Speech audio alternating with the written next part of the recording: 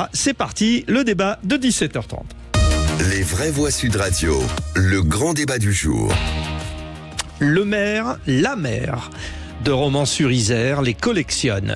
Les menaces de mort. Suite à l'assassinat du jeune Thomas, lors d'une soirée, elle a pris position. Hier, elle a dû porter plainte pour la 4e fois. Entre les agressions physiques, les tags homophobes, les insultes, les dégradations de leur lieu de vie, les maires essuient les actes de violence à foison.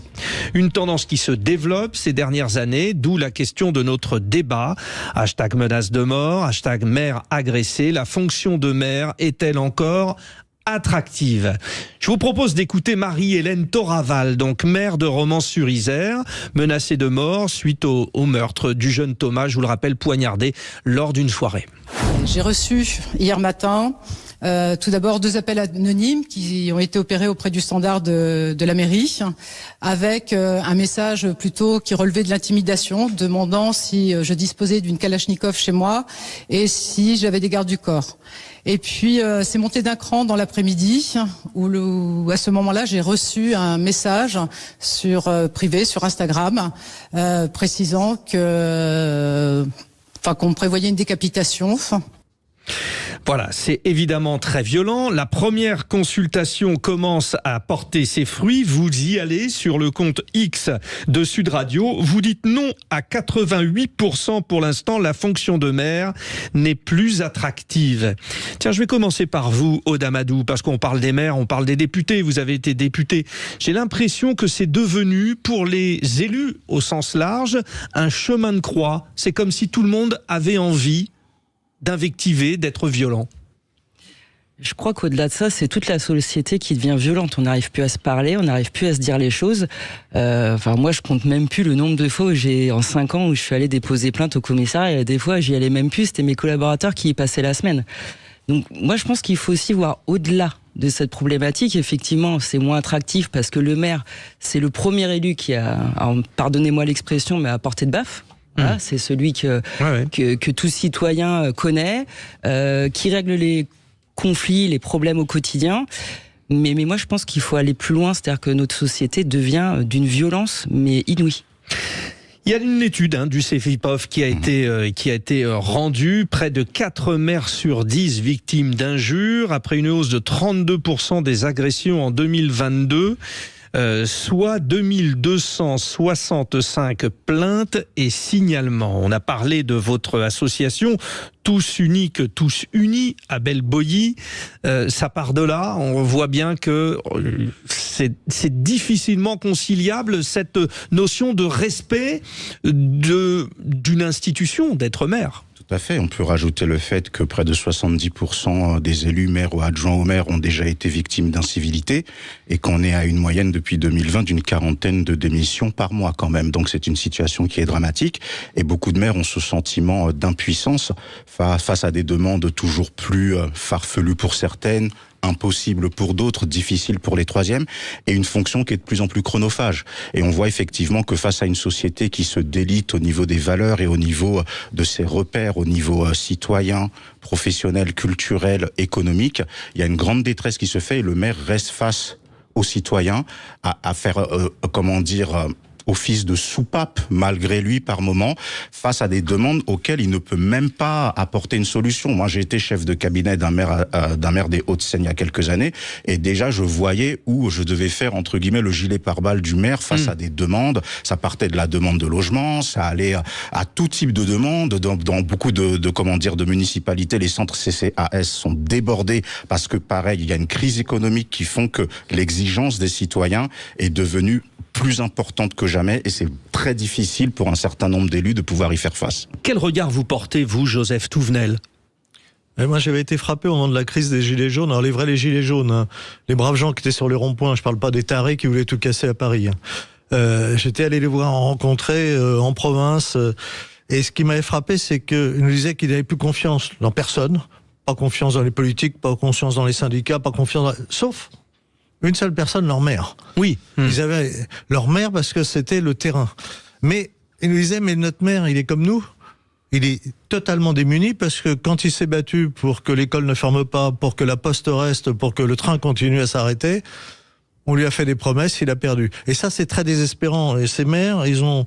Alors, plus on va dans les petites communes, moins il y a de moyens, mais il y a toujours de plus en plus de missions. Et d'ailleurs, j'ai vu un décret qui est paru ce dimanche, qui s'adresse notamment aux maires, sur l'accession des femmes au poste de décision de la fonction publique. Très bien. Et là, on va leur demander de faire un taux de personnes de chaque sexe devant être nommées sur un premier emploi supérieur ou de direction en faisant un rapport chaque année. Ben, c'est n'importe quoi. C'est n'importe quoi. On rajoute des tâches et des tâches et des tâches administratives. Faut faire le rapport, faut faire les pourcentages. Je crois qu'ils ont autre chose à faire. Joseph Touvenel, vous venez d'évoquer l'un des points cruciaux. C'est-à-dire qu'il y a une proximité et que ce maire reste l'élu préféré des Français. Alors, qu'est-ce qui a fait qu'à un moment, eux aussi soient victimes ? Peut-être cet événement, le Covid. Je vous propose d'écouter ce témoignage à l'époque d'Arnaud Savoie, maire de Soucieux en Jarret, dans le Rhône, menacé en pleine période de Covid.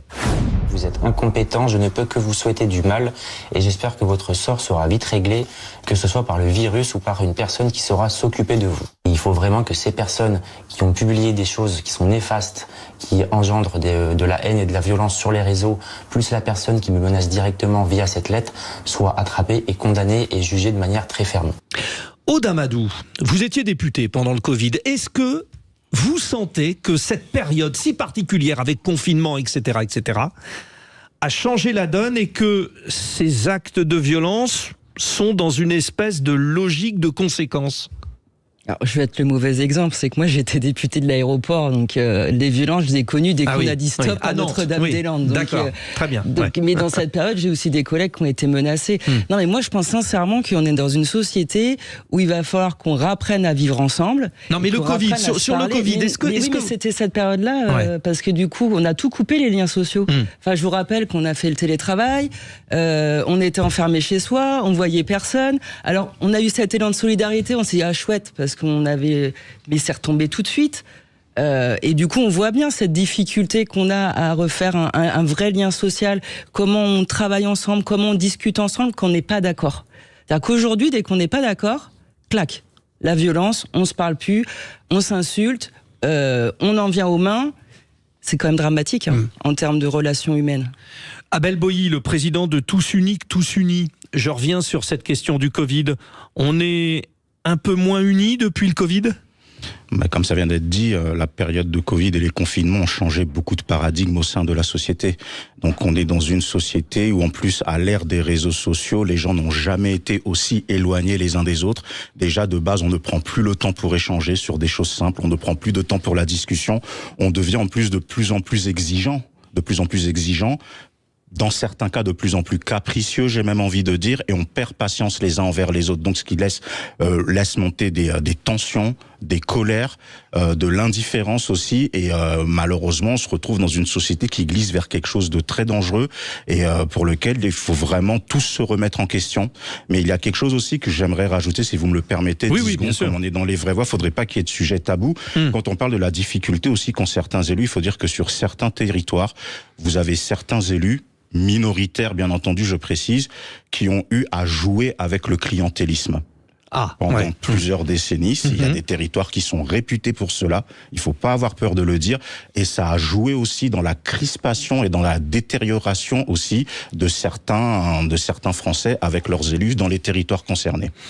Vous continuez, les auditeurs de Sud Radio. Il y a une consultation sur le compte X de Sud Radio. Pour l'instant, vous dites non, la fonction de maire n'est pas attractive à 87%, mais ça évolue. Tout à l'heure, c'était 88. Fonçons à Villeneuve-sur-Lot, une ville qui a un maire un peu, qui a eu un maire un peu au cœur de l'actualité, monsieur Jérôme Cahuzac.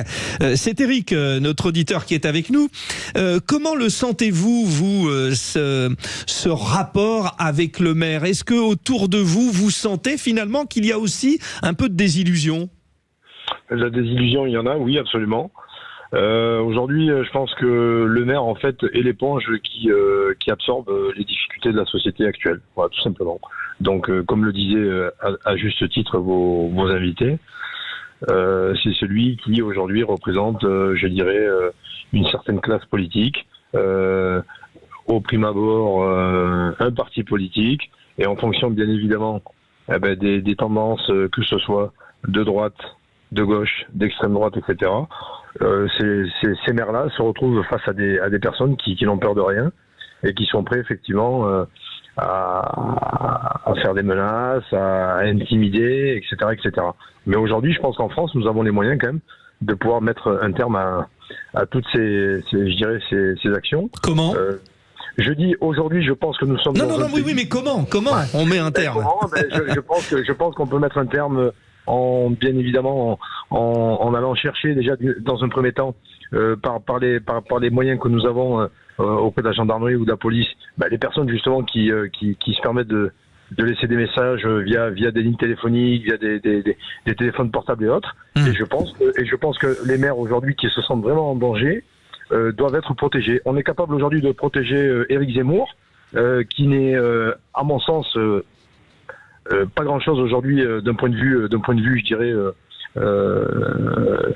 électoral. Il a besoin d'une protection, en tout cas. Il a besoin d'une protection. Je pense que les maires, et les maires aussi, c'est ce que vous dites. Doivent être protégés. Voilà.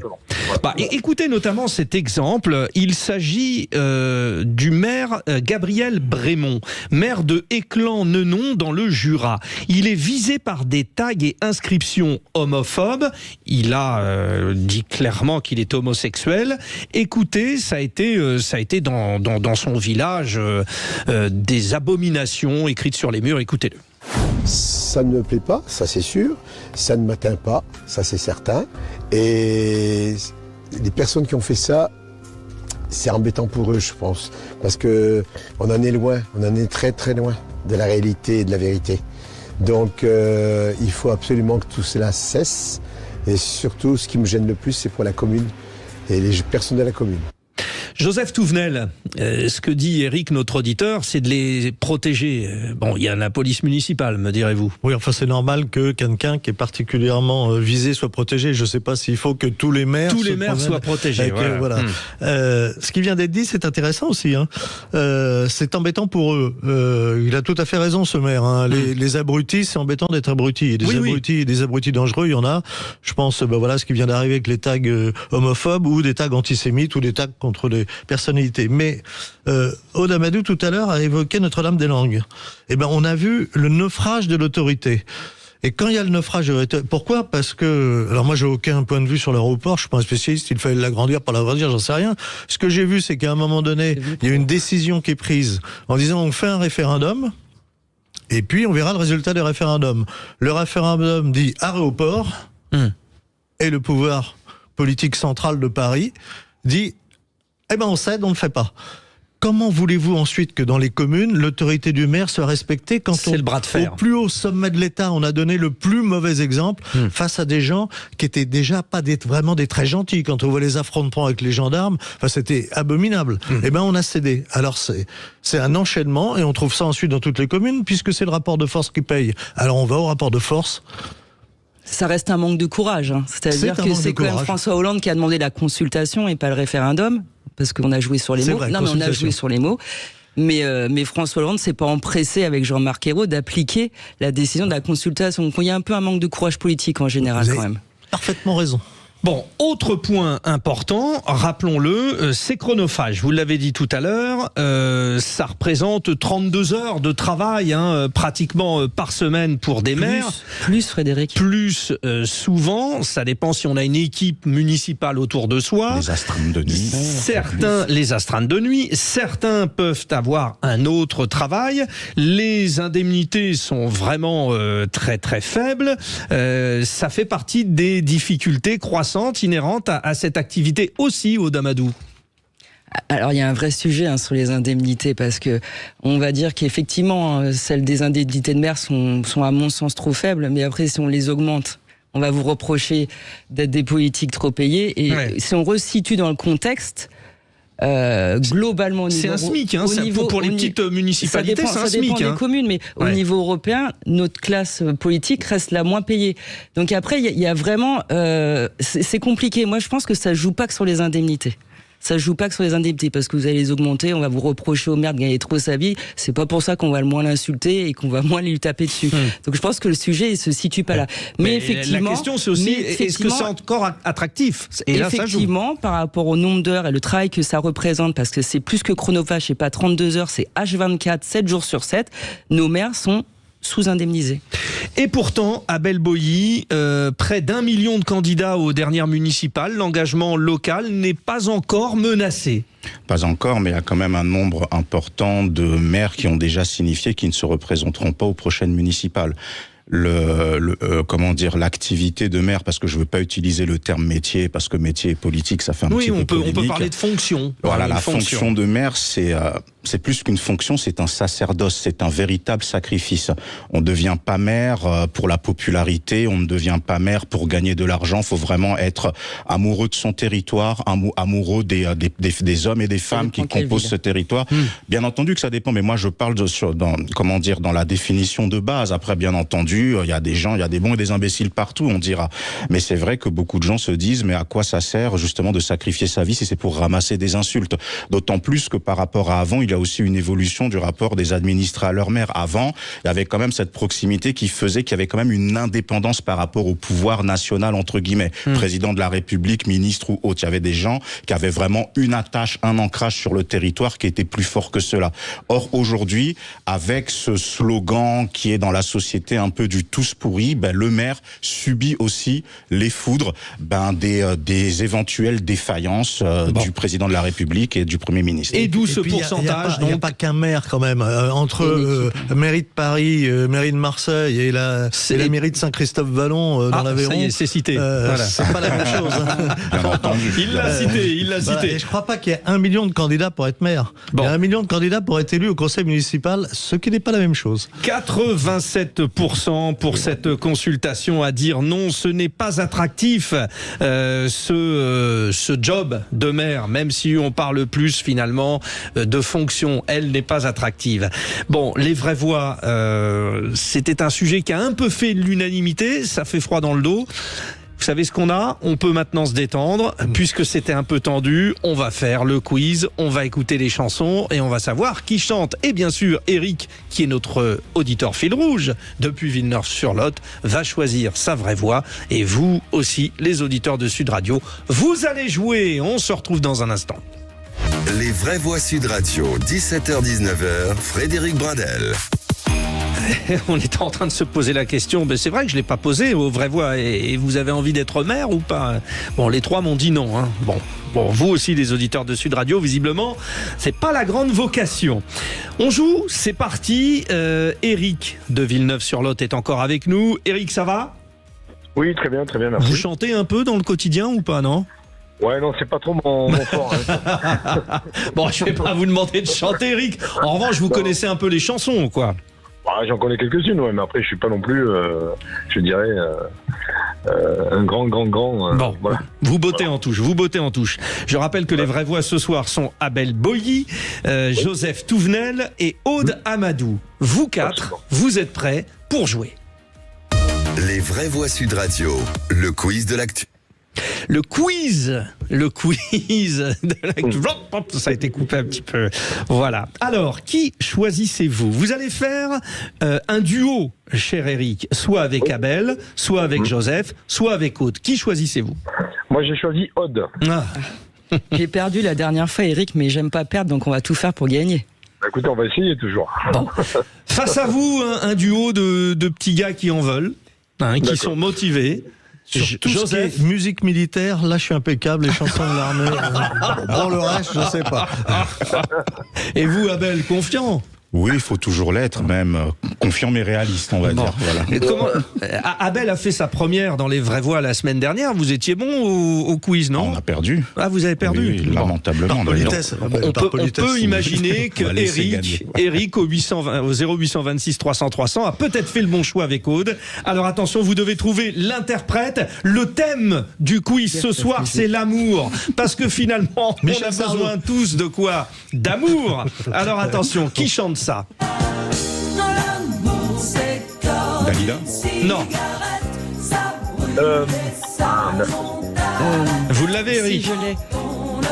Vous avez Comment Sylvie Vartan, Sylvie Vartan, c'est bon. C'est bon, Eric, je l'ai retrouvé. C'est pour Eric et Aude. Eh oui, Sylvie Vartan. Alors, ça fait donc 1-0. Voici le deuxième extrait. Ah, Bachoum. Oui, Bachoum, Eric. Ça fait 2. Et on va vite arriver à la fin. Hein, les Attendez, gars. les Réveillez-vous, vainqueurs, réveillez-vous. je le rappelle. On voit ceux qui bossent et ceux qui vont en boîte de nuit. Bon, selon étant, si le DJ met Vertige de l'amour avec Bachoum Papa en boîte Tango de à nuit, c'est pas bon.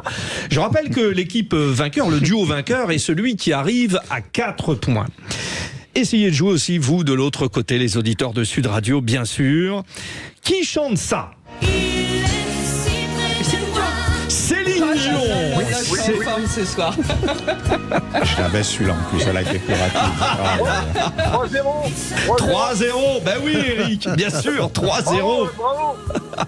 Alors attention, parce que Aude, ancienne sportive de haut niveau, vous le dira, et notamment dans le hand. Les Françaises en handball ont été championnes du monde en 2003, alors qu'elles étaient menées de 10 buts à 7 minutes de la fin. Et non pas de 7 buts à 10 minutes de la fin. Si, c'est plus ça. C'est dans le train. Attention, peut-être le point de la victoire. C'est parti. Tu es mon amour, tu ne l'es pas. Marc Lavoine. Non, c'est pas Marc Lavoine. Si oui, tu dois faire Biolay. Oui, Biolay, super. Magnifique, c'est ce qu'on appelle le panache.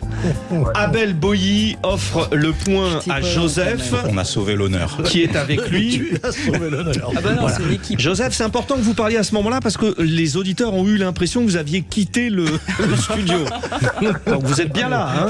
J'ai une petite indisposition passagère. Voilà. Mais Vous je nous reviens. avez dit que vous connaissiez toutes les musiques militaires. Malheureusement, j'en ai pas trouvé pour parler d'amour. Ah si, du boudin, c'est qu'on aime le boudin. Oui, les musiques de voilà. religion J'aime étrangère. le boudin. Voilà, c'est bon. Et quasiment toutes parlent de l'amour de la France. 3-1. Rien n'est encore joué. Attention, trouvez cet interprète. Balavoine. Oh là là, je vous ai dit, Oui, j'étais en forme ce soir. Eric et Aude. Oui, les deux, Eric et Aude. C'est marrant parce que vous faites équipe et vous avez dégainé tous les deux en même temps. 4-1, c'est gagné. Daniel Balavoine. Bravo. Bravo à nous. Ah, je suis contente parce que je n'aimais pas perdre. Merci Eric. Bon, on permet quand même à Joseph d'exister et puis à Abel quand même. Bon, allez, on se fait plaisir. Il y avait 2 autres extraits. Qui chante ça ? Edith Piaf. Edith Piaf. Ouais, mais je suis rapide. Hein. Vous savez comme Aude, L'explosivité. et Aude, elle ne lâchera rien. Elle se dit pas à ce moment-là, bon, je vais laisser filer. Non. C'est comme ça. Allez, et puis une dernière. Julien Clerc. Eric. On vous a attendu. Moi, j'ai rien dit, je regarde les choses. Eric et Aude, c'est la plus grosse victoire dans ce quiz des fêtes. Nous en sommes à 5-3. Oui, non, mais vous aussi, Eric. On se félicite mutuellement. Mais Bon. je suis ravi. Voilà. Bon, vous avez gagné, bravo. 6-1, c'est presque du tennis. Dans un instant, ce sera totalement de l'info. À tout de suite.